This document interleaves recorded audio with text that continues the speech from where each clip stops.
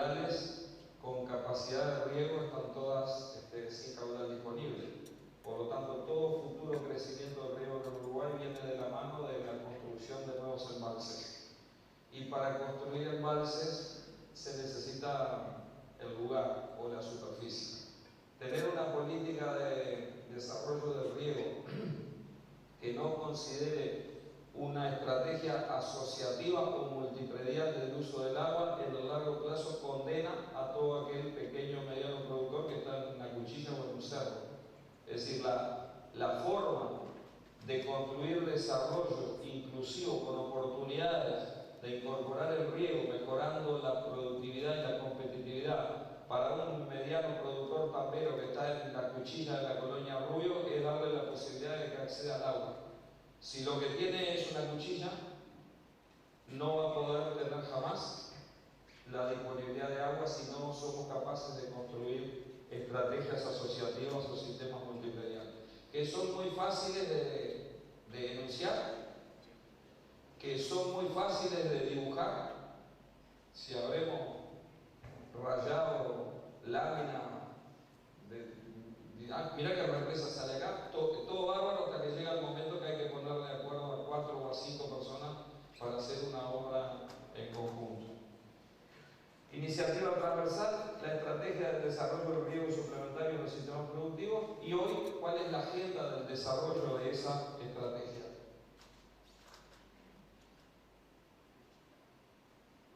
La visión, la fundamentación, obviamente, adaptación a la variabilidad climática, como ya dije, reducción de la variabilidad anual de la producción. El Uruguay tiene hoy una agricultura básicamente de verano, y en 9 de cada 10 años el máximo potencial o la productividad primaria neta no se alcanza o tiene su tope porque el factor limitante es el agua. Por lo tanto, si el Uruguay tiene energía solar incidente para producir 12 toneladas de maíz, y cuando llueve producimos 12 toneladas de maíz, la cuenta es ponerle el agua cuando le falta. Eso requiere que sea económicamente viable y que desde el punto de vista de la utilización de los recursos sea sostenible.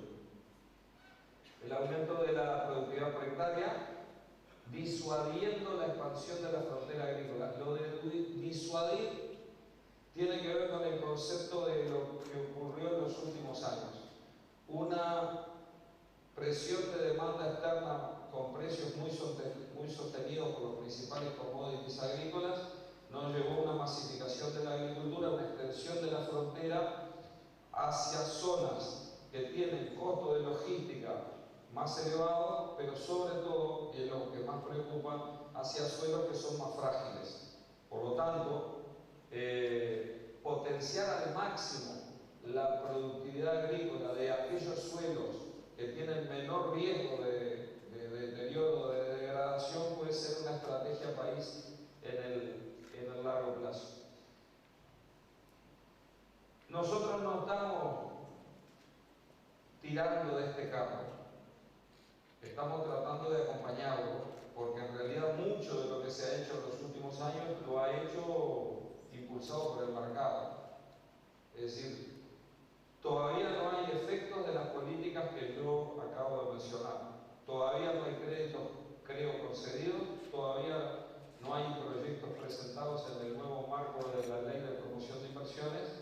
Sin embargo, van a ver ustedes la curva de importación de pivots por año no para de crecer. Y eso es producto de un razonamiento empresarial muy simple, que es relacionar lo que resigno de producción por no regar y vincularlo con el aumento del precio de la tierra que ha habido en los últimos años, y las dos cosas combinadas llegan a que el costo de oportunidad que estoy pagando por no regar fundamenta o justifica la inversión. Y eso ha pasado en todos los rubros, no solo en la agricultura. Los mejores establecimientos lecheros de nuestro país, que hoy están en 12 o 13.000 kilos de materia seca efectivamente consumida, promedio tienen entre el 15 y el 20% de su superficie regada. O sea, no estamos hablando del riego para el arroz o del riego para el maíz o del riego para la soja. Hoy hay riego para las pasturas en la lechería y hay riego en la ganadería. Esa es la historia, no lo voy a aburrir con números, pero históricamente el arroz fue el gran consumidor de agua en nuestro país. Los sistemas de riego están prácticamente en la misma zona que están los molinos arroceros, pero la agricultura de verano, de secano, está en la otra punta del país, y por lo tanto, pero coincide que es donde están los suelos más aptos, y por lo tanto el desafío es aprovechar esta cuenca para tratar de desarrollar eso. Esto es lo que le decía, en el año 2008 2009 se importaban 20 o 30 pivots por año, hoy se importan 90, pero del año 2006 hacia atrás no se importaba ninguno o se importaba uno o dos. Esto está asociado a la evolución del precio de la tierra y lo que tenemos que analizar es cuáles son los factores que de alguna manera pueden limitar o estimular que ese proceso sea más lento o más rápido. El marco legal, el marco institucional, la experiencia, lo de éxito mixto debe interpretarse como experiencias buenas y malas en las estrategias asociativas, potenciales impactos ambientales, que hoy empiezan a ser una variable fuerte a considerar, porque la sociedad tiene demandas importantes para con la agricultura, a veces con conocimiento científico y a veces con suposiciones, pero es nuestra responsabilidad garantizar la sostenibilidad del sistema. Instrumento de financiamiento, del cual se habló hoy, investigación, porque en realidad podemos generar el recurso agua, pero tenemos que tener el conocimiento en la aplicación del agua en cuanto a los sistemas de producción, y este tema que es central, la capacitación de la gente que va a operar los sistemas.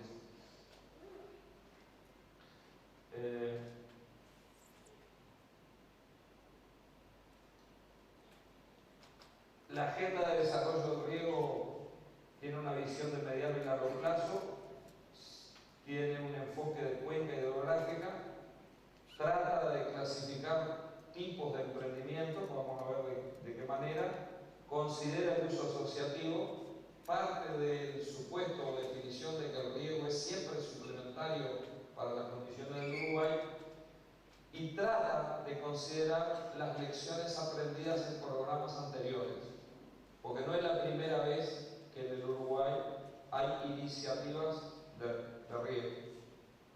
Normalmente,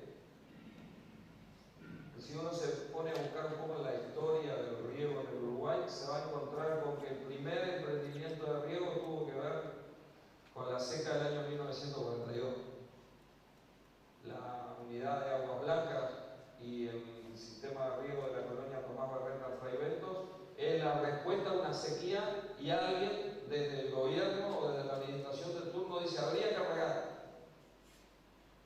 sin preguntarle a los que estaban ahí si querían regar.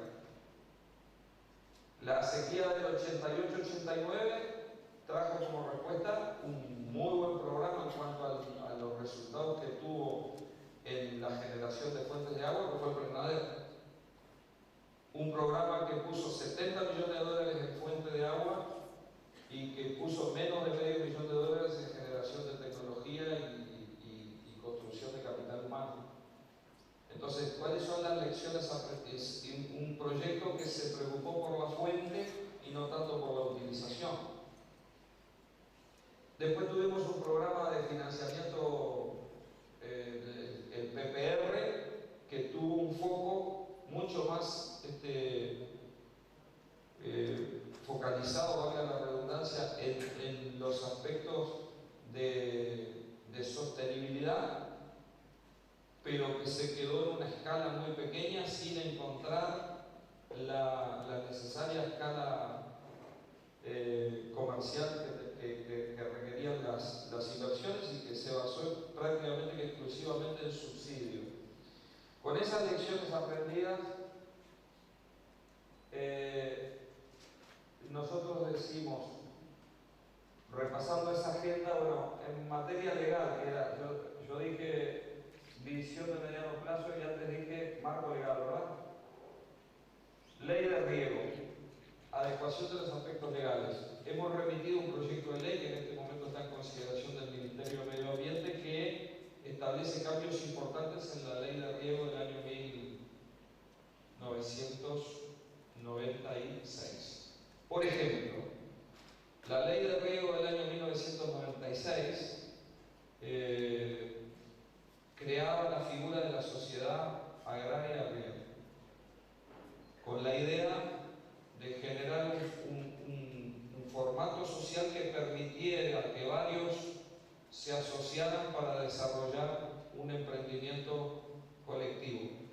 Y yo me acuerdo bien porque yo participé en la creación de esa ley cuando estaba en la Asociación de Cultivadores de Arroz. Pero un poco antes de votarla, algún legislador se le ocurrió agregar, 1996, una frase que decía: en ningún caso al productor se le podrá cortar el suministro a riego.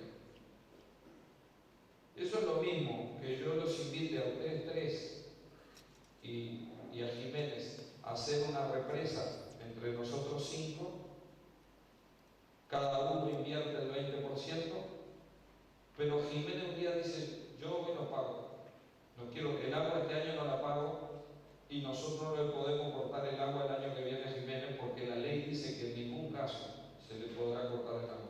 Ni para el agua de la OCE existe eso, ¿verdad? Entonces, hubo un montón de tiempo invertido en decir, bueno, ¿por qué razón las sociedades agrarias de riego no han funcionado en este país? Hasta que al final, cuando uno mira detenidamente la ley, dice, porque nadie se va a asociar con otro si los derechos y las obligaciones no tienen un adecuado equilibrio. Se modifica el estatuto tipo de las sociedades agrarias en ese proyecto de ley. Se crea una herramienta para intervenir en el caso de no pago. Se crea la figura del operador del sistema de riego. ¿Qué es el operador del sistema de riego? Si nosotros somos 14 productores en una cuenca, que algunos son productores agrícolas, otros son productores lecheros y otros son productores ganaderos, y tenemos identificado desde el punto de vista topográfico una buena represa, lo que hemos hecho históricamente, muchas reuniones, muchos asados, muchas discusiones para ponernos de acuerdo cómo participamos en la inversión para hacer la obra de riego.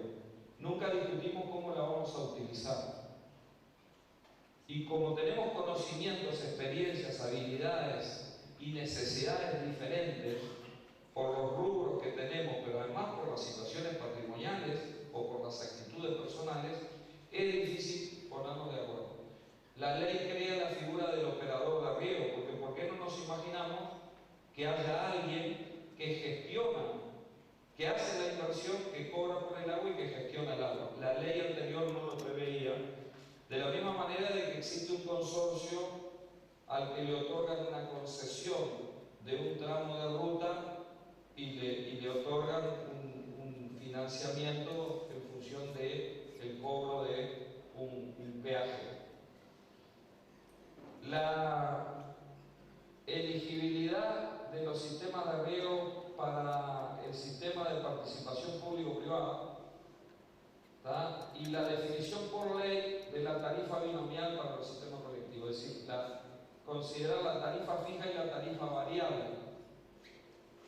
Cuando nosotros incorporamos una obra de riego que debe ser amortizada en 50 años y le damos la oportunidad al predio de Jiménez de tener riego, si él después decide no regar, porque puede decidir en algún momento no regar, no quiere decir que su predio no valga más porque tiene el derecho a acceso al agua. Y por lo tanto, riegue o no riegue, hay un componente fijo. Nosotros